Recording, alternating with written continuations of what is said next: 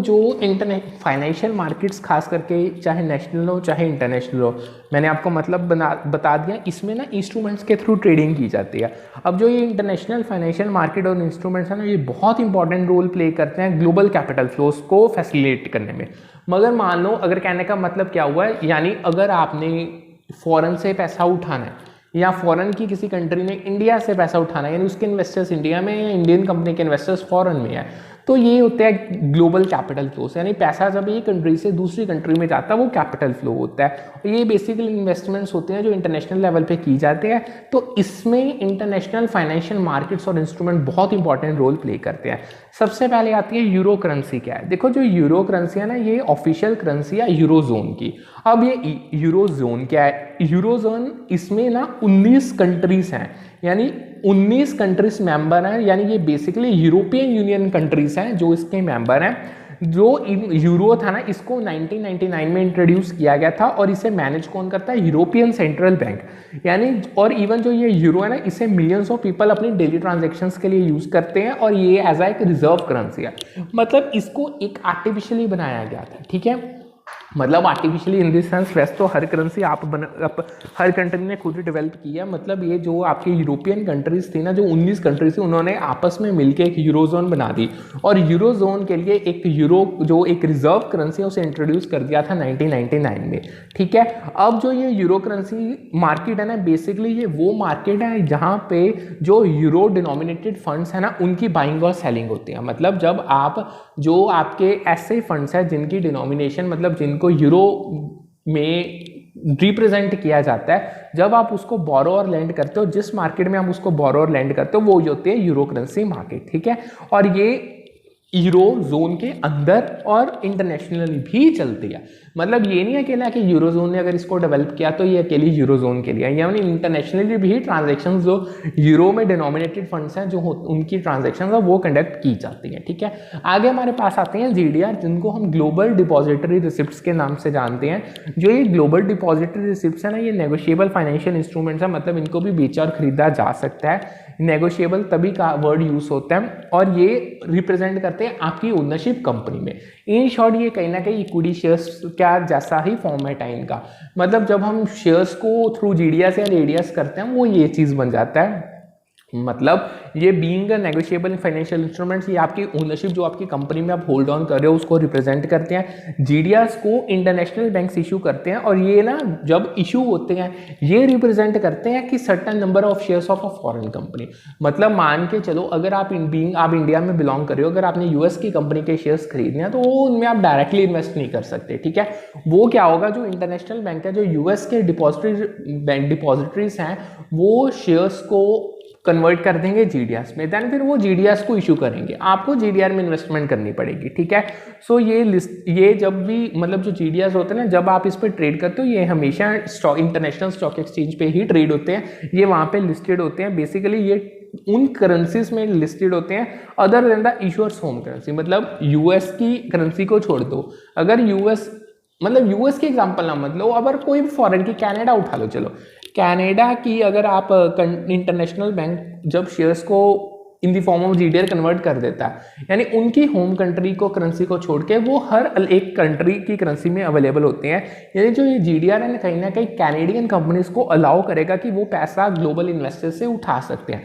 यानी अब जो कैनेडियन जीडीआरस हैं, यानी इंटरनेशनल यानी जो कैनेडियन बैंक्स हैं जिन्होंने जीडीआर इशू कर दिए, अब पूरे वर्ल्ड के अलग अलग कंट्री से इन्वेस्टर्स इन जीडीआरस में इन्वेस्टमेंट कर देंगे, ठीक है। इससे क्या होगा, इधर से इन्वेस्टर से पैसा कैनेडियन कंपनीज के पास जाएगा। सो इन शॉर्ट जो जीडीआर है ना, ये कैनेडियन कंपनीज को हेल्प करते हैं कि वो पैसा रेज कर सकते हैं ग्लोबल इन्वेस्टर से without directly listing on foreign exchange. मतलब यहाँ पे अब क्या होता है, कंपनीज नहीं अपने आप को डायरेक्टली लिस्ट करवाती, जो जीडीआर है ना वो एक बैंक के थ्रू होते हैं, जो बैंक उनको लिस्ट करवाता है इंटरनेशनल स्टॉक एक्सचेंज पे। सो ये चीज़ कहीं ना कहीं इंटरनेशनल इन्वेस्टर्स को ना अपॉर्चुनिटी प्रोवाइड करती है कि वो फॉरेन कंपनीज में भी इन्वेस्ट कर सकते हैं और अपने पोर्टफोलियो को अपने रिस्क को जो उनके पोर्टफोलियो के साथ एसोसिएट है उसको डाइवर्सिफाई कर सकते हैं।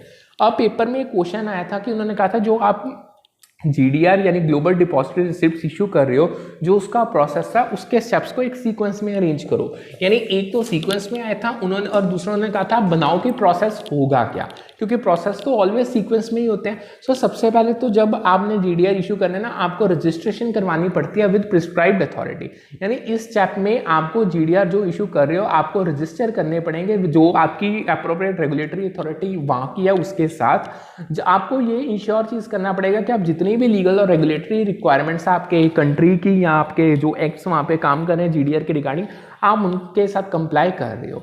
नेक्स्ट आपको अप्रूवल मिलेगा रेगुलेटरी अथॉरिटीज़ के, यानी जब आपने रजिस्ट्रेशन करा दी GDR इशू की तो आपको जो GDR आपने इशू करने हैं उसको अप्रूव होना पड़ेगा, यानी उनको जो आपकी रेगुलेटरी अथॉरिटी है ना वो अप्रूव करेंगी जो रिस्पॉन्सिबल है ओवरसीइंग सिक्योरिटीज़ या कैपिटल मार्केट। यानी अब ये रेगुलेटरी अथॉरिटीज़ वो अथॉरिटीज़ हैं जो जितनी भी सिक्योरिटीज़ या कैपिटल मार्केट्स में मतलब जितनी भी वहाँ की प्रैक्टिसेस जो उनको देखते हैं कि मतलब वहाँ पे कुछ गलत तो नहीं हो रहा है, ये वो रेगुलेटरी अथॉरिटीज़ होती हैं। तीसरा स्टेप आता है appointment and investing of shares with the custodian. देखो जब एक बार जो आपको रेगुलेटरी अप्रूवल मिल गया, ठीक है, जो इशूइंग कंपनी है ना वो एक कस्टोडियन अपॉइंट कर लेती है जिसके पास जो होल्ड करता है ये अंडरलाइन शेयर्स को और इशू कर देता है GDRs on behalf of the investors. बड़ा सिंपल है, जब अप्रूवल आ गया रेगुलेटरी का, यानी जो इशूइंग कंपनी है उसने कस्टोडियन हायर कर लिया, कस्टोडियन शेयर्स को अपने पास रख लेगा, उसके बदले में GDR इशू कर देगा on behalf of the investors. और उसके बाद होती है GDR की अलॉटमेंट, यानी GDRs को अलॉट कर दिया जाता है इन्वेस्टर्स को जिन्होंने इंटरेस्ट दिखाया कि भाई वो ये GDR को परचेज करना चाहते हैं। यानी जो अलॉटमेंट प्रोसेस है वो ये इंश्योर करता है कि जो इन्वेस्टर है यानी जो GDR में इंटरेस्ट दिखा रहे हैं, जो इन्वेस्टमेंट करना चाहते हैं फॉरेन कंपनी में, उनको जितना भी अप्रोप्रिएट नंबर है GDRs का उनकी इन्वेस्टमेंट के बेसिस पे उनको दे दिया जाए। ठीक है, लास्ट स्टेप आता है लिस्टिंग ऑफ GDR। देखो जब एक बार GDRs को अलॉट कर दिया गया उसके बाद इनको ना लिस्ट करवा दिया जाता है रिकॉग्नाइज स्टॉक एक्सचेंज में, जहाँ पे इनको ना फ्रीली ट्रेड आप इनमें कर सकते हो। मतलब अगर जब ये लिस्ट हो जाएंगे स्टॉक एक्सचेंज में तो इनको बेचा और खरीदा इजीली जा सकता है। ठीक है, सो बेसिकली इन शॉर्ट अगर मैं बहुत सिंपल लाइन में बताऊं तो ये एक ऐसे इक्विटी इंस्ट्रूमेंट्स हैं जिनको ओवरसीज मार्केट में इशू किया जाता है और लिस्ट और ट्रेड किया जाता है ऑन बोर्सेस पे ओवर द काउंटर बेसिस पे। ठीक है, यानी ऑन द काउंटर इनको बेचा और इनको खरीदा जाता है। ठीक है, समझ आ गया। अब आगे ना कुछ रीजंस है, that is reasons put fourth for control over activities of international bank. यहाँ पे मैंने आपको बताया ना कि इंटरनेशनल बैंक्स का जिक्र हुआ कि वो GDRs को इशू करते हैं, बट कुछ ऐसे भी कारण है जो मतलब जो ये कारण ये चीज बताते हैं कि जो इन इंटरनेशनल बैंक्स की एक्टिविटीज में ना कंट्रोल करना बहुत जरूरी है। देखो सबसे पहले तो जो ये बैंक्स है ना ये इन्फ्लेशन इनकरेज करते हैं, मतलब ये इन्फ्लेशन को बढ़ाते हैं, ये मतलब महंगाई बढ़ाते हैं। अब ये बढ़ाएंगे कैसे, क्योंकि ये कंटिन्यूसली जो मनी सप्लाई का स्टॉक है ना उसमें ऐड करते ही रहते हैं क्रेडिट क्रिएशन से। देखो जितनी एक्सेस मनी सप्लाई होगी, जितनी एक तो नेसेसरी रिक्वायरमेंट्स होते हैं वो तो ठीक है, जितनी उसके ऊपर मनी सप्लाई यानी ये थ्रू क्रेडिट क्रिएशन करेंगे ना उससे इन्फ्लेशन बढ़ेगी। ये सबसे पहला कारण है इंटरनेशनल बैंक की एक्टिविटीज को कंट्रोल करने का। दूसरा है कि जो ये बैंक्स है ना ये कई बार क्या करते हैं, ये बैंक को ही फेल करवा देते हैं, यानी रिस्पॉन्सिबल है बैंक फेलियर्स के लिए, क्योंकि ये जो डिपॉजिटर्स हैं ना उनके इंटरेस्ट चाहता है दैट मार द इंटरेस्ट ऑफ डिपॉजिटर, मतलब ये डिपॉजिटर्स को इंटरेस्ट देते ही नहीं है। मतलब ये बैंक्स कई बार बैंक इनका ही फेलियर हो जाता है खुद का। ठीक है, या दूसरे बैंक्स को ये फेल करवा देती है। ठीक है, they cause unmanageable indebtedness among the borrowing governments by charging high interest rate. अब ये इंटरनेशनल बैंक्स हैं यानी इनसे गवर्नमेंट्स भी बोरो करेंगे। अब ये गवर्नमेंट्स की क्रेडिबिलिटी को हिला देते हैं, उनको ना कर्जे में और डुबा देते हैं। क्यों? देखो एक तो गवर्नमेंट को उस कंट्री को पैसे की जरूरत है, ये पैसा तो दे देंगे बट ये ना एक्स्ट्राऑर्डिनरी इंटरेस्ट रेट चार्ज करते हैं, बहुत ज्यादा इंटरेस्ट रेट। अब देखो जो गवर्नमेंट इनसे पैसा मांग रही है वो इतनी पोजीशन में होगी कि वो इंटरेस्ट रेट्स इनको हायर पे कर पड़े। सो ये चीज कहीं ना कंट्रीज को गवर्नमेंट्स को इन डेप्थ में ले आ जाती है। सेकंड है कि ये जो क्रेडिट एलोकेशन पॉलिसी होती है ना होस्ट गवर्नमेंट की, ये उसको अधेयर नहीं करते, ये उसको अवॉइड करते हैं, ये उसको टाइम पे मीट नहीं करते। ठीक है, अब यहाँ पे हुआ क्रेडिट क्रिएशन का जिक्र। क्रेडिट क्रिएशन की कुछ लिमिटेशंस हैं, यानी जब ये इंटरनेशनल बैंक्स क्रेडिट क्रिएट करते हैं ना ये मनी सप्लाई का स्टॉक में बहुत ऐड कर देते हैं जिससे इन्फ्लेशन होती है। अब जो ये लिमिटेशंस है क्रेडिट क्रिएशन की ये पेपर में बहुत बार पूछी गई है। देखो सबसे पहले आती है कि जो amount of cash that commercial bank possesses bank need to maintain. अब देखो पहली लिमिटेशन है क्रेडिट क्रिएशन के लिए कुछ परसेंटेज कैश की बैंक को अपने पास रखनी पड़ती है, यानी बैंक को एक ना कुछ कैश रिजर्व मेंटेन करना पड़ता है आपके पास जो टाइम आने पे अगर मान लो डिपॉजिटर्स अपना पैसा विड्रॉल करने आ जाए तो वो उनकी नीड्स को मीट कर पाएगा। यानी अगर ये कैश रिजर्व कम होगा तो जो बैंक्स की क्रेडिट क्रिएशन कैपेबिलिटी है ना वो बड़ी लिमिटेड होती है। यानी इन शॉर्ट सीधा सीधी का जो क्रेडिट क्रिएशन है वो डायरेक्टली प्रोपोर्शनल है कैश रिजर्व से। जितना रिजर्व उतनी क्रेडिट क्रिएशन, जितना कम रिजर्व उतना ही कम क्रेडिट क्रिएशन। ठीक है, नेक्स्ट आता है सप्लाई ऑफ कोलेटरल। अब जो ये मेजर देखो जो कोलेटरल सिक्योरिटी है ना, ये एसेट और गारंटीज हैं जो बोरोअर्स प्रोवाइड करते हैं लोन्स लेने के लिए बैंक्स को। मतलब अगर आपने बैंक से लोन लेना है, यू आर अ बोरोअर, आपको कोई ना कोई तो गारंटी या एसेट आपको प्रोवाइड करना पड़ेगा। मतलब बैंक को कुछ ना कुछ गिरवी रखना पड़ेगा, तभी बैंक आपको सिक्योर्ड लोन देगा। यानी जो ये कोलेटरल्स है कभी हेल्प करते हैं एक तो रिस्क को मिटिगेट करने के लिए बैंक को। यानी बैंक को ये नहीं रिस्क होता कि उनका पैसा लेके कोई बोरोअर भाग जाएगा। इवन ये इनेबल देम करते हैं कि वो उनको क्रेडिट प्रोवाइड कर सकते हैं। ठीक है, से थर्ड आता है monetary policy of central bank can affect the credit creation. अब जो ये आपका सेंट्रल बैंक है, जैसे इंडिया का रिजर्व बैंक ऑफ इंडिया है, ये इंडियन कंट्री में यानी जो इंडिया है उसमें जो मनी सप्लाई को रेगुलेट करता है, ये पॉलिसी सेट करता है कि जो इंटरेस्ट रेट्स हर नेशनल बैंक्स के होते हैं या जो कमर्शियल बैंक्स के होते हैं उनको इन्फ्लुएंस करता है। मतलब जो ये पॉलिसी सेट करेगा, जो इनकी पॉलिसीज है वो जो हमारे all over India commercial banks हैं जो उनके इंटरेस्ट रेट्स हैं उनको इन्फ्लुएंस करेंगे।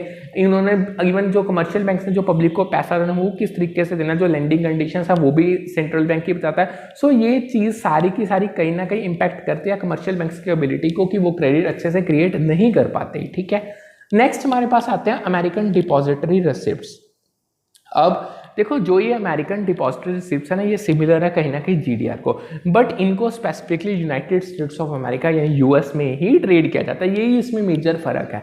अब जो ये एडीआर है ना, ये वो सर्टिफिकेट्स है जो यूएस डिपॉजिटरी बैंक इशू करते हैं। यानी ये भी अगेन रिप्रेजेंट करते हैं कुछ नंबर ऑफ शेयर्स जो एक फॉरेन कंपनी के होते हैं। ठीक है, यानी ये कहीं ना कहीं यूएस इन्वेस्टर्स को अलाउ करते हैं कि वो इजिली इन्वेस्ट कर सकते हैं फॉरेन कंपनीज में without the need to engage in cross border transaction. अगर यूएस का कोई बंदा किसी फॉरेन कंपनी में इन्वेस्टमेंट कर सकता है, मतलब करना चाहता है, वो एडीआर के थ्रू इजीली इन्वेस्ट कर सकता है। उसको अपने आप डायरेक्टली अपने लेवल पे कोई डायरेक्ट क्रॉस बॉर्डर ट्रांजैक्शन करने की जरूरत नहीं है। अब जो ये एडीआर हैं ये यूएस के हैं, सो इनको यूएस स्टॉक एक्सचेंज पे ही ट्रेड किया जाता है। यानी इनको कोट और सेटल यूएस डॉलर में किया जाता है। ये कहीं ना कहीं फॉरेन कंपनीज को एक्सेस प्रोवाइड करते हैं यूएस कैपिटल का। मतलब अगर तो आपने यूएस से पैसा उठाना, मतलब यूएस को छोड़कर जितनी बाकी कंट्रीज हैं उनको एक्सेस मिल जाता है कि यूएस कैपिटल को उठा सकते हैं, यानी यूएस कैपिटल मार्केट्स को टैप ऑन कर सकते हैं। इससे एक तो उनकी यूएस यानी जो कंपनी की विजिबिलिटी है, मतलब वो कंपनी यूएस के इन्वेस्टर्स की आंखों के सामने आ जाती है कि भाई ये कंपनी में भी इन्वेस्टमेंट कर सकते हैं। सो इन शॉर्ट जो ये जीडीआर और एडीआर दोनों ही इंटरनेशनल कंपनीज को ग्लोबल कैपिटल मार्केट का एक्सेस प्रोवाइड करते हैं। चाहे आप जीडीआर इशू करो चाहे एडीआर इशू करो, एडीआर होंगे यूएस के लिए, जीडीआर सारों के लिए। ठीक है, सो ये आपको पूरी ग्लोबल जो आपकी कैपिटल मार्केट है, पूरी वर्ल्ड की कैपिटल मार्केट, उसके एक्सेस मिल जाता है। आपकी लिक्विडिटी इनहेंस हो जाती है क्योंकि आपको टाइम पे एकदम अच्छे से सही इंटरेस्ट रेट्स पे पैसा मिल जाएगा। आप अपने जो इन्वेस्टर बेस है ना उसको और लंबा चौड़ा कर सकते हो। यानी आप अपने इन्वेस्टर्स में से अपने इन्वेस्टर बेस में फॉरेन के इन्वेस्टर्स को भी इंक्लूड कर सकते हो। सो ये चीज़ इन्वेस्टर्स को अलाउ करती। अब ये तो फिर मैंने जो भी बताया ये तो कंपनी का था। अब सेम चीज़ जो है, जो एडीआर और जीडीएस है, ये आपके इन्वेस्टर्स को भी बेनिफिट करते हैं। एक तो वो अपना पोर्टफोलियो डाइवर्सिफाई कर सकते हैं फॉरेन सिक्योरिटीज में इन्वेस्ट करके without dealing with the complexities of foreign exchange और करेंसी। यानी अगर आपके फॉरेन इन्वेस्टर्स को अब जब वो एडीआर और जीडीआर के थ्रू इन्वेस्टमेंट्स करते हैं ना फॉरेन कंपनी से, उनको कोई बर्डन नहीं फेस करना पड़ता। यानी जो फॉरेन एक्सचेंज रेट फ्लक्चुएशंस हो रही है, जो करेंसीज हो रही है, उनको इनसे कोई लेना देना है। जो इनकी कॉम्प्लेक्सिटीज है वो इससे बच जाते हैं। ठीक है, अब एक लाइन थी वो उसको सुनो ध्यान से। वो क्या कह रहे हैं, after the US dollar the currency with the largest weightage in determining the value of special drawing rights is euro. US dollar को छोड़ दो, उसके बाद जो सबसे बड़ी करेंसी है यानी जिसकी लार्जेस्ट वेटेज है आपकी स्पेशल ड्रॉइंग राइट्स को डिटरमाइन करने में, वो है यूरो की। ये पेपर में बहुत बार पूछा गया। अब जो एसडीआर क्या है, ये जो एसडीआर है ना, ये एक इंटरनेशनल रिजर्व एसेट है जिसे आईएमएफ ने क्रिएट किया है और इसका जो बेस है ना वो है बास्केट ऑफ मेजर करेंसीज। मतलब अगर आप इस इंस्ट्रूमेंट जो ये रिजर्व एसेट जिसको एसडीआर के नाम से जाना जाता है, स्पेशल ड्रॉइंग राइट्स के नाम से जाना जाता है, बीइंग क्रिएटेड बाय आईएमएफ, इसके बेस में जो बास्केट में जो मेजर करेंसीज हैं उनमें एक तो यूएस डॉलर आ गया, यूरो आ गया, चाइनीज युआन आ गया, रेनबिन्मी, जापानीज येन आ गया और ब्रिटिश पाउंड हो गया। यानी ये सारे उसकी बास्केट में, ये सारी करेंसीज उसमें हैं। ठीक है, जीडीआर मैंने बता दिया, एडीआर मैंने आपको बता दिया। ठीक है, अब आगे बढ़ते हैं। आगे हमारा जो टॉपिक आता है वो है था इंटरनेशनल आर्बिट्रेज और मल्टीनेशनल कैपिटल बजटिंग का। देखो इंटरनेशनल आर्बिट्रेज क्या होता है? जो इंटरनेशनल आर्बिट्रेज है ना, ये एक ऐसी प्रैक्टिस है जिसमें हम जो प्राइस डिफरेंसेस है, इनएफिशिएंसीज है ना हमारी फाइनेंशियल मार्केट्स में अलग अलग कंट्रीज के बीच में, हम उनको एक्सप्लॉइट करके रिस्क फ्री प्रॉफिट्स बनाते हैं। यानी देखो एक चीज तो ध्यान से रहा, प्राइस डिफरेंसेस तो होंगे due to exchange rate fluctuations. ठीक है, अब जो फाइनेंशियल मार्केट्स हैं वो बिल्कुल एफिशिएंट तो है नहीं, कहीं ना कहीं कोई तो लूप होल मिल ही जाएगा, उनकी इनएफिशिएंसी पता चल ही जाती है हर कंट्री के बीच में। यानी जब हम इन दो चीज़ों का फायदा उठा के अपनी ऐसा काम करते हैं जिससे हमें रिस्क फ्री प्रॉफिट होते हैं ना, यानी वो तब हम इंटरनेशनल आर्बिट्रेज में अपने आप को इंडल्ज कर रहे हैं। सो इसमें क्या होता है, इसमें ना साइमल्टेनियसली बाइंग और सेलिंग, इकट्ठी एक टाइम पे बाइंग और सेलिंग की जाती है फाइनेंशियल इंस्ट्रूमेंट्स की, करेंसीज की या कमोडिटीज की अलग अलग मार्केट्स में, ताकि हमें प्राइस डिफरेंशियल्स का फायदा मिल सके। यानी जो ये प्रोसेस है इंटरनेशनल आर्बिट्रेज का, ये आपको एक तो चीज में हेल्प करता है कि आप प्राइजेस को अलाइन कर सकते हो। ठीक है, और आपकी जो मार्केट इनएफिशिएंसीज हैं आप उनको एलिमिनेट कर सकते हो। मतलब ये फायदा भी कह लो, मतलब आप एडवांटेज लेके कहीं ना कहीं मार्केट को भी एफिशिएंट बना रहे हो। ठीक है, अब इसमें कुछ मेजर पॉइंट्स आते हैं। देखो सबसे पहला आता है तो प्राइस डिफरेंसेस। अब जो ये इंटरनेशनल आर्बिट्रेज अपॉर्चुनिटी ये तब ही अराइज होती हैं जब डिस्क्रिपेंसीज होंगी आपके प्राइसेस में आइडेंटिकल या सिमिलर एसेट्स के या इंस्ट्रूमेंट्स जो डिफरेंट मार्केट में। मान लो अगर आपका same product, almost same instrument कह लो या आइडेंटिकल या सिमिलर इंस्ट्रूमेंट कह लो, अगर उसका प्राइस दो कंट्रीज में, दो मार्केट्स में अलग अलग है, यानी ये डिस्क्रिपेंसी राइज होगी, तो आप इस डिस्क्रिपेंसी का फायदा उठा के इंटरनेशनल आर्बिट्रेज अपॉर्चुनिटी आपके लिए बन जाती है, आप अपना रिस्कलेस प्रॉफिट अर्न कर सकते हो। यानी जो ये प्राइस डिफरेंसेस होते हैं ना, ये कई ऐसे फैक्टर्स हैं जिनको, जो इन प्राइस डिफरेंसेस को राइज देते हैं, जैसे exchange rate fluctuations, exchange rate दो कंट्रीज का डिफरेंट हो जाता है, उनके इंटरेस्ट रेट्स ऊपर नीचे होते हैं, टैक्सेशन की डिस्पैरिटीज होती हैं, रेगुलेटरी कॉन्स्टिट्यूएंट्स अलग अलग है उनके, यानी उनकी रेगुलेटरी इन्वायरमेंट अलग अलग, जो रेगुलेटरी बॉडीज हैं वो डिफरेंट है। अब सेकंड मेजर की एस्पेक्ट आता है आर्बिट्रेज मैकेनिज्म। देखो जो ये आर्बिट्रेज प्रोसेस है ना, इसमें टिपिकली क्या होता है, जो आपका अंडर वैल्यूड एसेट है एक मार्केट में, उसको बाय किया जाता है और साइमल्टेनियसली उसी को ही हायर प्राइस पे दूसरी मार्केट में सेल कर दिया जाता है। यानी ये प्रोसेस तब तक चलता है जब तक वो प्राइस डिस्क्रिपेंसी खत्म ना हो जाए। मतलब एक मार्केट में जो एसेट का प्राइस कम है वहां से बाय कर लो, जहां पे उसका एसेट प्राइस ज्यादा वहां पे सेल कर दो, अनटिल एंड जब तक ये प्राइस डिफरेंस खत्म ना हो जाए ना, तब तक ये प्रोसेस को करते ही रहते हैं। यानी इससे क्या होगा, इक्विलिब्रियम आपका रिस्टोर हो जाएगा, यानी दोनों मार्केट्स में आपका उस एसेट का प्राइस बराबर हो जाएगा।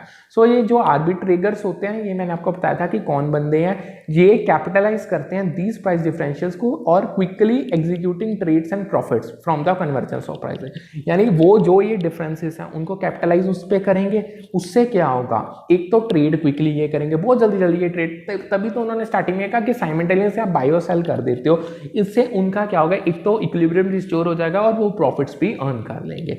तीसरा मेजर आता है रिस्क फ्री प्रॉफिट। अब जो ये आर्बिट्रेगर्स हैं इनका मेन लक्ष्य यही होता है कि इन्होंने रिस्क फ्री प्रॉफिट्स बनाने हैं, यानी प्रॉफिट भी हो बट कोई रिस्क भी ना हो। अब ये क्या करते हैं, ये मार्केट इनएफिशिएंसीज को एनिबलेट कर देते हैं without taking any market risk. Market risk को बिना बियर करके ये मार्केट की ही इनएफिशिएंसी से एलिमिनेट करते हैं। बट जो ये आर्बिट्रेज अपॉर्चुनिटीज होती है ना, ये बहुत कम टाइम के लिए होती हैं। ठीक है, क्योंकि जो मार्केट पार्टिसिपेंट है वो क्विकली ही इनको खत्म कर देते हैं। मतलब आप ये नहीं कह सकते कि ये जो प्राइस डिफरेंशियल्स है ये लंबे समय तक चलेंगे, बहुत लिमिटेड टाइम के लिए चलते हैं, क्योंकि इनको क्विकली इन पे जो मार्केट आर्बिट्रेगर्स हैं वो प्राइस डिफरेंसेस पे ट्रेड करना स्टार्ट कर देते हैं, जिससे रैपिड एडजस्टमेंट हो जाती है प्राइसेस की। ठीक है, आगे आती हैं आर्बिट्रेज स्ट्रेटेजीज। ठीक है, अब जो ये डिफरेंट टाइप्स की आर्बिट्रेज स्ट्रेटेजीज होती हैं, मतलब जो आर्बिट्रेज का प्रोसेस कैरी आउट करने के लिए आपको अलग अलग स्ट्रेटेजीज फॉलो करनी पड़ती हैं, जिनमें सबसे पहले स्पेशल आर्बिट्रेज आती है। यानी इसमें आप प्राइस डिफरेंसेस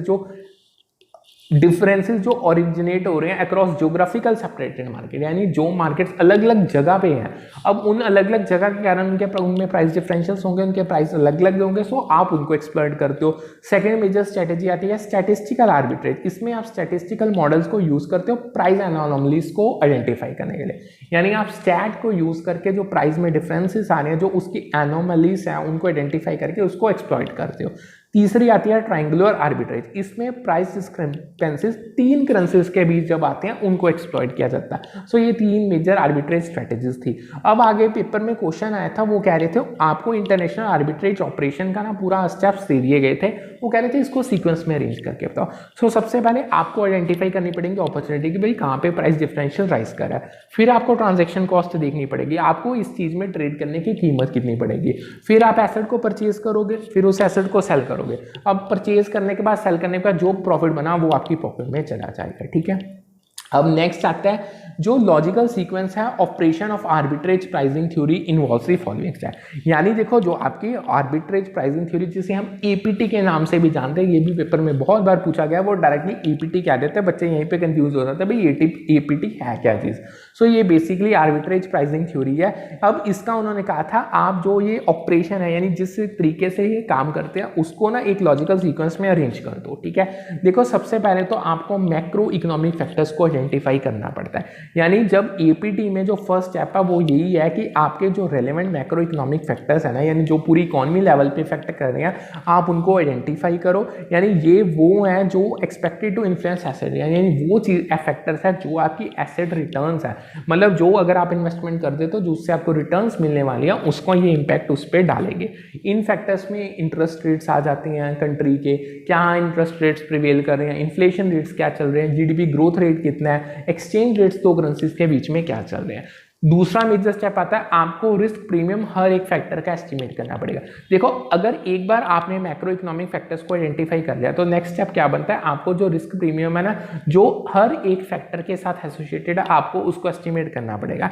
यानी इसमें आप हिस्टोरिकल डाटा को बहुत डिटेल में एनालाइज करोगे, फिर आप कैलकुलेट करोगे कि फैक्टर्स और एसेट रिटर्न के बीच रिलेशनशिप क्या बन रही है। यानी पहले देखो आप फैक्टर के रिगार्डिंग ना डाटा उसमें यानी पास्ट के उसके क्या ट्रेंड्स रहे होंगे, क्या पास के उसके डायनामिक्स रहे होंगे, ये सारी चीजें एनालाइज कर दो। फिर देखो कि आपका फैक्टर आपके एसेट रिटर्न्स पे के इम्पैक्ट क्या डाल रहा है, उनकी रिलेशनशिप को स्टडी करो। लास्ट इसमें आता है आपको फैक्टर सेंसिटिविटीज को कैलकुलेट करना पड़ेगा, एस्टिमेट करना पड़ेगा। यानी फाइनली आखिर में जो फैक्टर सेंसिटिविटीज होती हैं या बीटास होते हैं उनको एस्टिमेट किया जाता है, यानी जो रिप्रेजेंट करते हैं कि एक एसेट क्या रिस्पॉन्सिवनेस है एसेट रिटर्न्स की to changes in each macro economic factor. यानी अगर एक मैक्रो इकोनॉमिक फैक्टर ऊपर नीचे होता है यानी वो चेंज होता है, उस चेंज का एसेट रिटर्न्स पे क्या इंपैक्ट पड़ रहा है। यानी ये चीज़ ये रिस्पॉन्सिवनेस है ना ये आपको फैक्टर सेंसिटिविटीज मेजर करके बताएंगी। यानी ये सेंसिटिविटीज कहीं ना कहीं हेल्प करते हैं कि आप एक्सपेक्टेड रिटर्न आपको एक एसेट से क्या मिलेगी। इन फैक्टर्स के पे अगर आप इन फैक्टर्स का एक्सपोजर फेस करते हो ये चीज़ आपको ये अच्छे से बता देंगे, ठीक है। होप सो आपको अच्छे से समझ आ गया। अगर कोई डाउट हो तो आप पूछ सकते हो। अब नेक्स्ट हमारा जो टॉपिक आता है वो आता है मल्टीनेशनल कैपिटल बजटिंग। आज के सेशन का और बिजनेस फाइनेंस का ये लास्ट टॉपिक है, आप इसको डिटेल में करते हैं। देखो जो ये मल्टीनेशनल कैपिटल बजटिंग है ना इसमें इवैल्यूएट और इन्वेस्टमेंट डिसीजंस लिए जाते हैं फॉर प्रोजेक्ट्स और वेंचर इन मल्टीपल कंट्रीज। मान लो बहुत सिंपल है, कैपिटल बजटिंग आपको पता है यानी आप इन्वेस्टमेंट प्रपोजल्स को अच्छे से एनालाइज और इवैल्यूएट करते हो और आप अलग अलग मेथड्स फॉलो करके उनके इवैल्यूएशन की जाते हैं, एनालिसिस किए जाते हैं। एनपीवी हो गया, आईआरआर हो गया, एआरआर होगा, फिर जो आपको पॉजिटिव रिटर्न्स मिलती हैं जहाँ से आपको हर चीज़ सेट बैठती है आप उस इन्वेस्टमेंट प्रपोजल में इन्वेस्ट कर देते हो।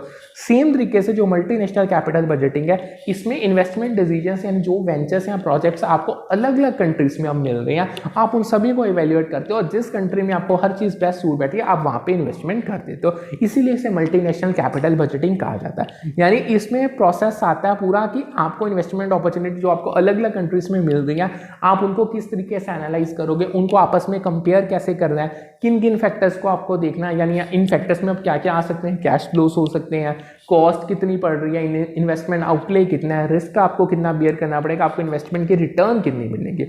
अब कुछ ऐसी कंसिडरेशंस है मल्टीनेशनल कैपिटल बजटिंग है जिन पे हमें ध्यान देना पड़ेगा।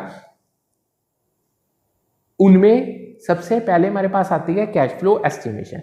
यानी कि देखो जो मैंने अभी आपको फैक्टर्स बताए ना जैसे कैश फ्लोस वगैरह अब इनको डिटेल में करते हैं। सबसे पहले आता है कैश फ्लो एस्टिमेशन। अब आपको बहुत सही तरीके से एक्यूरेटली कैश फ्लोस को एस्टिमेट करना है क्योंकि ये बहुत क्रूशियल है मल्टीनेशनल कैपिटल बजटिंग में। अब जो कैश फ्लोस है ना जब आप इनको कंसीडर करोगे आपको कई फैक्टर्स को कंसीडर करना पड़ेगा। जैसे आपको रेवेन्यूज देखने पड़ेंगे, आप कितने अर्न कर रहे हो, आपके खर्चे कितनी हो रही है, आपको सरकार को कितना टैक्स पे करना पड़ रहा है, आपकी एक्सचेंज रेट फ्लक्चुएशंस कितनी है। मतलब अगर आप फॉरेन कंट्री में इन्वेस्टमेंट कर रहे हो अब यानी अगर आपको दो प्रपोजल्स मिल गए हैं, ठीक है, दोनों अलग अलग कंट्रीज में प्रपोजल, दोनों के एक्सचेंज रेट्स अलग अलग होंगे, दोनों के रिटर्न्स अलग अलग होंगे, आपको ये चीज़ें देखनी पड़ेगी।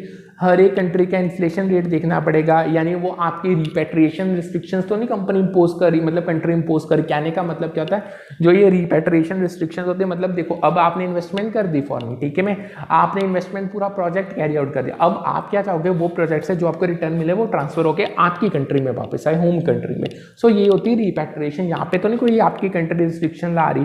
सो जो ये कैश फ्लोस है ना, इनको प्रोजेक्ट करना पड़ेगा लोकल करेंसी में और उनको देन कन्वर्ट करना पड़ेगा कॉमन करेंसी कंपैरिजन के लिए। पहले आप उनको लोकल करेंसी में करो, यानी जब एक कॉमन करेंसी हर इन्वेस्टमेंट प्रोजेक्ट की बन जाएगी, फिर ही हम कंपैरिजन उसका कर सकते हैं।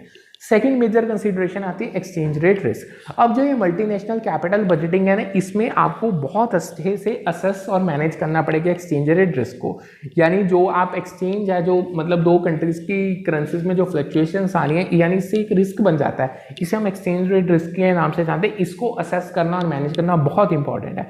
अब जो ये फ्लक्चुएशंस आ रही हैं एक्सचेंज रेट में, ये कहीं ना कहीं आपके प्रोजेक्ट्स की, यानी जो मल्टीनेशनल प्रोजेक्ट्स हैं, आपके इन्वेस्टमेंट्स हैं, इन पे इनकी प्रॉफिटेबिलिटी पे और इनके कैश फ्लोस पे इम्पैक्ट डालेंगी। कई टेक्निक्स हैं जैसे सेंसिटिविटी एनालिसिस या सिनेरियो एनालिसिस हो गया, इनको यूज करके आप ये इम्पैक्ट जो पड़ सकता है ना एक्सचेंज रेट फ्लक्चुएशन का, आप उसको मेजर कर सकते हो और अपने कैश फ्लोस को प्रोजेक्ट कर सकते हो। तीसरी मेजर आता है कॉस्ट ऑफ कैपिटल, यानी आपको कीमत क्या पड़ रही है मल्टीनेशनल इन्वेस्टमेंट करने की। अब ये भी वेरी करती है अकॉर्डिंग टू कंट्री, ठीक है, क्योंकि हर कंट्री के अपने इंटरेस्ट रेट्स हैं, अपने उनके टैक्स रेट्स हैं, हर कंट्री के अपने स्पेसिफिक रिस्क हैं। सो आपकी कॉस्ट ऑफ कैपिटल यानी जो आपको कीमत पड़ेगी इन्वेस्टमेंट की, वो भी अलग अलग है, ठीक है। सो बहुत इंपॉर्टेंट है कि आपको कंट्री स्पेसिफिक फैक्टर्स को कंसीडर करना पड़ेगा, तभी आप एक एप्रोप्रिएट डिस्काउंट रेट अपनी प्रेजेंट वैल्यूज को फाइंड आउट करने के लिए फाइंड कर पाओगे, और आप कॉस्ट ऑफ कैपिटल को भी तभी कैलकुलेट कर पाओगे अगर आपने मल्टीनेशनल प्रोजेक्ट्स को इवैल्यूएट करना है। आपको इन फैक्टर्स को बहुत ध्यान से ऑब्जर्व करना पड़ेगा। लास्ट मेजर आती है पॉलिटिकल एंड कंट्री रिस्क। देखो मल्टीनेशनल कैपिटल बजटिंग में बहुत अच्छे से पॉलिटिकल स्टेबिलिटी कंट्री की क्या है, यानी गवर्नमेंट की स्टेबिलिटी क्या है, उनके लीगल सिस्टम्स क्या हैं, यानी वहाँ की रेगुलेटरी फ्रेमवर्क क्या है, कौन कौन सी गाइडलाइंस या रूल्स आपको फॉलो करने पड़ेंगे, यानी ये सारी चीज़ें कंट्री स्पेसिफिक होते हैं, इनको कंसीडर करना बहुत ज़रूरी है। अगर तो कंट्री पॉलिटिकली इनस्टेबल है, गवर्नमेंट की पॉलिसीज में बहुत ज़्यादा चेंजेस आ रहे हैं, इकोनॉमिक कंडीशंस वहाँ की अच्छी नहीं है, ये सारी चीज़ें आपकी मल्टीनेशनल इन्वेस्टमेंट्स की प्रॉफिटेबिलिटी, सक्सेस और ग्रोथ पे इम्पैक्ट डालेंगी। यानी अगर ये चीज़ें एक कंट्री में बहुत बुरी हैं, वहाँ की गवर्नमेंट नहीं अच्छी, वो आपको फेवर नहीं कर रही, उसमें पॉलिसीज में डेली चेंजेस आ रहे हैं, इकोनॉमिक कंडीशन नहीं फेवर कर रही, आप कभी भी सक्सेस कर ही नहीं पाओगे, ठीक है। आगे बढ़ते हैं, आगे आता है capital rationing and capital allocation, ठीक है। अब जो ये आपकी मल्टीनेशनल कंपनीज है ना, अब ये चीज़ तो देखो हर बंदे के पास पैसा लिमिटेड है, मतलब जो कैपिटल रिसोर्सेज वो लिमिटेड होते हैं, आपने उन्हीं कैपिटल रिसोर्सेज को एलोकेट करना है अलग अलग इन्वेस्टमेंट अपॉर्चुनिटीज में डिफरेंट कंट्रीज में। सो कहीं ना कहीं यहाँ पे आपको कैपिटल रैशनिंग टेक्निक्स यूज करनी पड़ेंगी, जैसे आपको रैंक प्रोजेक्ट्स को रैंक करना पड़ेगा उनकी प्रॉफिटेबिलिटी के बेसिस पे, आपको रिस्क एडजस्टेड डिस्काउंट रेट्स को यूज करना पड़ेगा, तभी आप कहीं ना कहीं ऑप्टिमल कैपिटल एलोकेशन कर पाओगे, क्योंकि पैसा लिमिटेड है। अब लगाना वहाँ पे जहाँ पे रिटर्न्स भी मिले, प्रॉफिटेबिलिटी भी मिले, रिस्क भी कम हो, सो ये सारी चीज़ों को आपको अच्छे से सॉल्व आउट करना पड़ेगा। अब ये पेपर में क्वेश्चन आया था, वो कह रहे थे कुछ ऐसे मेजर फैक्टर्स उन्होंने आपको ऑप्शंस में दे दिए, वो कह रहे थे चूज करके बताओ कि ये इनमें से कौन से फैक्टर हैं जो कैपिटल रैशनिंग की तरफ लेके जाएंगे, आपको लीड करेंगे टू कैपिटल रैशनिंग। सबसे पहले तो आती है इम्परफेक्शन ऑफ कैपिटल मार्केट। देखो जो कैपिटल मार्केट जहाँ पे ये सब ट्रेडिंग होती है ना सिक्योरिटीज की या फाइनेंशियल इंस्ट्रूमेंट्स की, जो इनमें इम्परफेक्शंस है, जैसे यहाँ पे एक तो आपके पास लिमिटेड अवेलेबिलिटी है फंड्स की, जो ट्रांजेक्शन कॉस्ट है वहाँ पे ट्रेड करने की वो बहुत ज़्यादा है, या रिस्ट्रिक्टेड एक्सेस है कैपिटल का, ये सारी चीज़ें कहीं ना कहीं कैपिटल रैशनिंग की तरफ आपको लेके जाती हैं। Second, reluctance to broaden the equity share base for fearing of losing. देखो जब कंपनीज बहुत अवॉइड करते हैं, वो रिलेक्टेड है, वो करना ही नहीं चाहते कि वो एडिशनल इक्विटी शेयर्स को इशू नहीं करना चाहते, क्योंकि उनको कहीं ना कहीं डर है कहीं पे उनकी जो कंपनीज की ओनरशिप है वो ज़्यादा डिल्यूट ना हो जाए, यानी उनका कंट्रोल ना चला जाए, वो कैपिटल इक्विटी शेयर्स के थ्रू अवॉइड करते हैं, वो इशू करना ही नहीं चाहते। तो ये चीज़ भी कहीं ना कहीं आपको कैपिटल रैशनिंग की तरफ लेके जाती है, ठीक है। नेक्स्ट हमारे पास आता है इनएबिलिटी टू मैनेज। जो अगर तो आपकी जो मैनेजमेंट कैपेबिलिटीज हैं या जो रिसोर्सेज हैं वो इनएडिक्वेट है, मतलब आपके पास इतनी काबिलियत ही नहीं, आप अच्छे से अपने कैपिटल रिसोर्सेज को मैनेज कर पाओ, तो ये चीज़ भी आपको कैपिटल रैशनिंग की तरफ लेके जाएगी, क्योंकि ये वो कंपनीज हैं जो अपने एडिशनल कैपिटल को इफेक्टिवली यूज कर ही नहीं पाएंगी अपनी ग्रोथ के लिए, ठीक है। लास्ट मेजर फैक्टर्स आता है deficiencies in market information which might affect the availability of capital. देखो अगर आपके पास मार्केट की इंफॉर्मेशन ना तो एक्यूरेट है ना रिलायबल है, तो ये कहीं ना कहीं जो आपकी कैपिटल की अवेलेबिलिटी है ना उस पर इम्पैक्ट डाल सकती है, क्योंकि जो इन्वेस्टर्स हैं वो हेजिटेंट होंगे, यानी वो झिझकेंगे अपने फंड्स को प्रोवाइड करने के लिए, क्योंकि आप उनको इन्फॉर्मेशन प्रोवाइड ही नहीं कर पा रहे। आपके पास मार्केट की इन्फॉर्मेशन नहीं है, जो आपके पास माइनर इन्फॉर्मेशन है वो रेलेवेंट नहीं है, वो एक्यूरेट नहीं है, यानी आप इन्वेस्टर्स को आगे कोई इन्फॉर्मेशन दे ही नहीं पा रहे हो। सो इन्वेस्टर्स भी बहुत ज़्यादा कंफ्यूज हो जाएंगे, वो भी ट्राई करेंगे आपको वो फंड्स ना दें, वो भी आपकी कंपनी में इन्वेस्टमेंट करना अवॉइड ही करेंगे, ठीक है। नेक्स्ट हमारे पास आता है ट्रांसफर प्राइसिंग का कॉन्सेप्ट। देखो ट्रांसफ़र प्राइसिंग का प्रोसेस भी बहुत इंपॉर्टेंट है आपको, मतलब ट्रांसफ़र प्राइसिंग का टॉपिक ही काफ़ी इंपॉर्टेंट है, आपको इसको अच्छे से करना पड़ेगा। सो करते हैं। देखो ट्रांसफ़र प्राइसिंग, देखो जो मल्टीनेशनल कैपिटल बजटिंग है ना, इसमें ना ट्रांसफ़र प्राइसिंग जो इश्यूज अराइज होते हैं ना ट्रांसफ़र प्राइसिंग्स में, उनको भी कंसीडर करना पड़ता है। अब बेसिकली जो ये ट्रांसफ़र प्राइसिंग है ये होता है आप refers to the determining the prices at which goods services and intangible assets are transferred between entities within the same multinational company. यानी एक कंपनी के अंदर उस कंपनी में जब जो आपके गुड्स सर्विसेज और इंटेंजिबल एसेट्स ट्रांसफर किए जाते हैं बिटवीन एंटिटीज, मतलब मान लो आप अपनी ब्रांचेस के अंदर कर लो या आप अपनी एक ही बिल्डिंग के अंदर ट्रांसफर कर लो, वो जब वो प्राइस डिटरमाइन किया जाता है ना किस प्राइस पे इनको ट्रांसफर करना है, that is called the transfer pricing. अब जो अगर आप प्रॉपर ट्रांसफर प्राइसिंग करते हो तो ये चीज़ इंश्योर करती है कि आप एलोकेशन अच्छे से कर रहे हो कॉस्ट की और रेवेन्यूज की अपनी सब्सिडरीज और डिविजन के बीच। बट अगर आपकी ट्रांसफर प्राइसिंग अप्रोप्रिएट नहीं होगी तो मतलब कहीं ना कहीं आपको इश्यूज अराइज होंगे, आपको चैलेंजेस को फेस करना पड़ेगा। सो ये मल्टीनेशनल कैपिटल बजटिंग है ना, ये बहुत कॉम्प्लेक्स प्रोसेस है जिसमें बहुत केयरफुल एनालिसिस करने पड़ेंगे, अलग अलग कंट्री स्पेसिफिक फैक्टर्स को कंसीडर करना पड़ेगा जो कि हर कंट्री के अपने अलग होते हैं। आपको एप्रोप्रिएट टेक्निक्स को अप्लाई करना पड़ेगा, तभी आप इन्वेस्टमेंट अपॉर्चुनिटी जो आपको अलग अलग बॉर्डर्स पे मिल रही हैं उनको आप इवेल्युएट कर पाओगे, ठीक है। सो एक चीज़ यहाँ पे याद रखो, जो एक ना पॉलिटिकल रिस्क मैनेजमेंट होता है, यानी पॉलिटिकल रिस्क को तो आपको पता है, आपको पॉलिटिकल रिस्क फेस करना पड़ सकता है, जो उसकी मैनेजमेंट है ना वो मल्टीनेशनल कैपिटल बजटिंग के अंदर ही आती है, ठीक है। मल्टीनेशनल कैपिटल बजटिंग मैंने आपको बता दिया, यानी अब एक बार मैं आपको पॉलिटिकल रिस्क का मतलब भी बता देता हूँ। देखो जो पॉलिटिकल रिस्क है ना, ये बेसिकली वो रिस्क है जो तब अराइज होता है जब एडवर्स पॉलिटिकल इवेंट्स हों, यानी पॉलिटिकली गलत इवेंट्स कंडक्ट किए जाएं, एक्शंस उनके गलत हों, इंस्टेबिलिटी हो, यानी जो कहीं ना कहीं मल्टीनेशनल कंपनीज के ऑपरेशंस और प्रॉफिटेबिलिटी पे इम्पैक्ट डालें। सो जो ये रिस्क है ना, इसमें जैसे गवर्नमेंट पॉलिसीज में चेंजेस आ गए वो हो गया, रेगुलेटरी इन्वायरमेंट्स कैसे हैं, पॉलिटिकल इंस्टेबिलिटी गवर्नमेंट की होगी, या आपके एक्सप्रोप्रिएशन होगी एसेट्स की, या ज्योग्राफिकल कॉन्फ्लिक्ट जियोपॉलिटिकल कॉन्फ्लिक्ट्स हो गए, ये सारे फैक्टर्स आपके पॉलिटिकल रिस्क को अराइज करते हैं। सो मल्टीनेशनल कैपिटल बजटिंग में ना पॉलिटिकल रिस्क को कंसीडर करना बहुत ज़रूरी है, क्योंकि ये बहुत क्रूशियल है आपके इन्वेस्टमेंट प्रोजेक्ट्स जो आप डिफरेंट कंट्रीज में करने जा रहे हो उनको इवेल्युएट करने में। यानी इसमें आपको असेस करना पड़ेगा कि जो आपके पॉलिटिकल फैक्टर्स हैं उनका इम्पैक्ट क्या पड़ रहा है कैश फ्लोज पे, प्रॉफिटेबिलिटी पे, या ओवरऑल फिजिबिलिटी जो आपके इन्वेस्टमेंट प्रोजेक्ट्स की है, ठीक है। सो इसमें आपको बहुत थॉरोली कंडक्ट करना पड़ेगा रिस्क असेसमेंट, आपको पॉलिटिकल इन्वायरमेंट्स हर कंट्री की एनालाइज करनी पड़ेंगी, आपको रिस्क मैनेजमेंट स्ट्रैटेजीज को इंप्लीमेंट करना पड़ेगा अगर आप पॉलिटिकल रिस्क को मिटिगेट करना चाहते हो, ठीक है। यानी जब आप पॉलिटिकल रिस्क मैनेजमेंट को इनकॉर्पोरेट कर दोगे अपने डिसीजन मेकिंग प्रोसेस में, यानी जब आप फैसले लोगे अलग अलग इन्वेस्टमेंट्स के फॉरेन कंट्रीज में, यानी तब आप पॉलिटिकल रिस्क मैनेजमेंट को भी ड्यू तवज्जो देंगे। तो जो ये मल्टीनेशनल कंपनीज हैं इनका मेन लक्ष्य यही होता है कि जो इनके पोटेंशियल लॉसेस हो सकते हैं एक तो वो मिनिमाइज हो जाए, ये अपनी इन्वेस्टमेंट्स को प्रोटेक्ट कर पाएँ या अपने रिटर्न्स को ऑप्टिमाइज कर पाएँ, जो ये पॉलिटिकल अनसर्टेनिटीज या चैलेंजेस के कारण कहीं ना कहीं इम्पैक्ट हो सकती है, ठीक है। समझ गए। अब आगे ना यहाँ पे मैंने दो लाइन, अब यहाँ पे हमारा सिलेबस होता है कंप्लीट, ठीक है। अब यहाँ पे कुछ ऐसे टॉपिक्स हैं जो मतलब मैं एक्स्ट्रा आए हैं पेपर में, उनको कर लो, एक दो ही टॉपिक्स हैं। देखो सबसे पहले मैंने आपको net income approach capital structure decision की तो ये तो करवा दी थी, यानी ये एक लाइन लिखी है, वो क्या कह रहे हैं, जो आपकी नेट इनकम अप्रोच है ना, ये कैपिटल स्ट्रक्चर डिसीजन के लिए रेलिवेंट है, वैल्यूएशन उस डिसीजन के अकॉर्डिंग वैल्यूएशन फॉर्म के। और इसका मतलब क्या होगा, यानी जो ये कैपिटल स्ट्रक्चर ये होता है मिक्स ऑफ डेट है, इक्विटी फाइनेंस की कितना है कंपनी का, जो इम्पैक्ट डाल रहा है नेट इनकम और ओवरऑल वैल्यू ऑफ फर्म पे, ठीक है। अब जो ये फर्म है वो चेंज कर सकती है अपनी टोटल वैल्यू को और ओवरऑल कॉस्ट ऑफ कैपिटल को by changing degree of leverage in their capital structure, यानी वो कहीं ना कहीं डेट और इक्विटी को ऊपर नीचे करके वो अपनी कहीं ना कहीं अपनी वैल्यू को चेंज कर सकते हैं। यानी इसका मतलब क्या होगा कि means that by adjusting the proportion of debt and equity in capital structure a firm can influence its cost of capital and ultimately affect value, ठीक है। ये चीज़ मैंने आपको ऑलरेडी डिटेल में करवाई हुई है, ये देख लेना। अब मेजर टॉपिक आता है कैपम एनालिसिस। क्या होता है, देखो कैपम को कैपिटल एसेट प्राइसिंग मॉडल के नाम से जाना जाता है। जो कैपम एनालिसिस है ये सूटेबल होते हैं रिस्क रिटर्न एनालिसिस में, फाइनेंशियल डिसीजन जब आप ले रहे हो। यानी जो कैपम में इसको बहुत वाइडली यूज किया जाता है। ये ऐसा एक मॉडल है ये जो आपको एस्टिमेट करके बताता है कि आपके एक्सपेक्टेड रिटर्न्स होंगी क्या आपके इन्वेस्टमेंट से। अब ये चीज क्या, अब जब ये आपके एक्सपेक्टेड रिटर्न्स को एस्टिमेट करेगा, इसको भी कोई बेसिस चाहिए। अब वो बेसिस होंगे आपका सिस्टमेटिक रिस्क जिसको बीटा के नाम से जानते हैं, और दूसरा होगा risk free rate of return.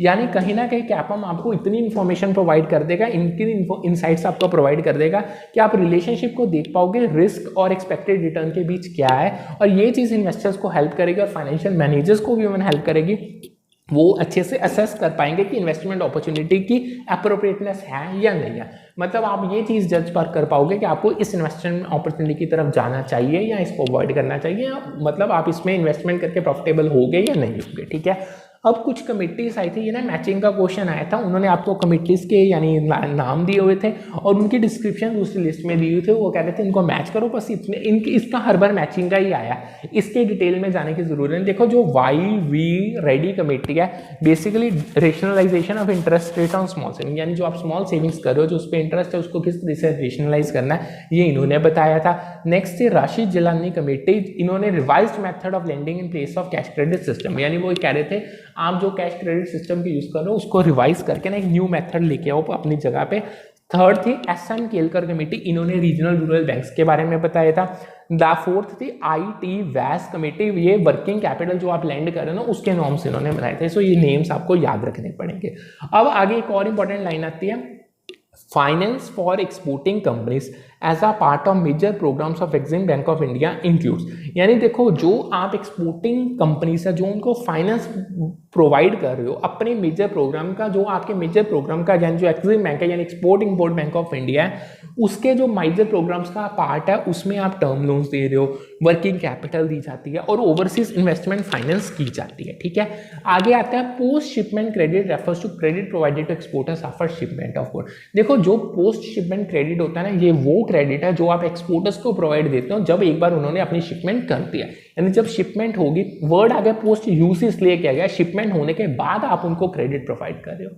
आगे नेक्स्ट क्या था, the most popular route of privatisation adopted by government of India in recent decades is strategic sale, यानी क्या कर रहे हैं, अगर देखो आपको पता है LPG पॉलिसी के दौरान प्राइवेटाइजेशन की जा रही है। अब जो गवर्नमेंट ऑफ इंडिया का सबसे ज्यादा पॉपुलर रूट है ना प्राइवेटाइजेशन करने का, वो है स्ट्रेटेजिक सेल।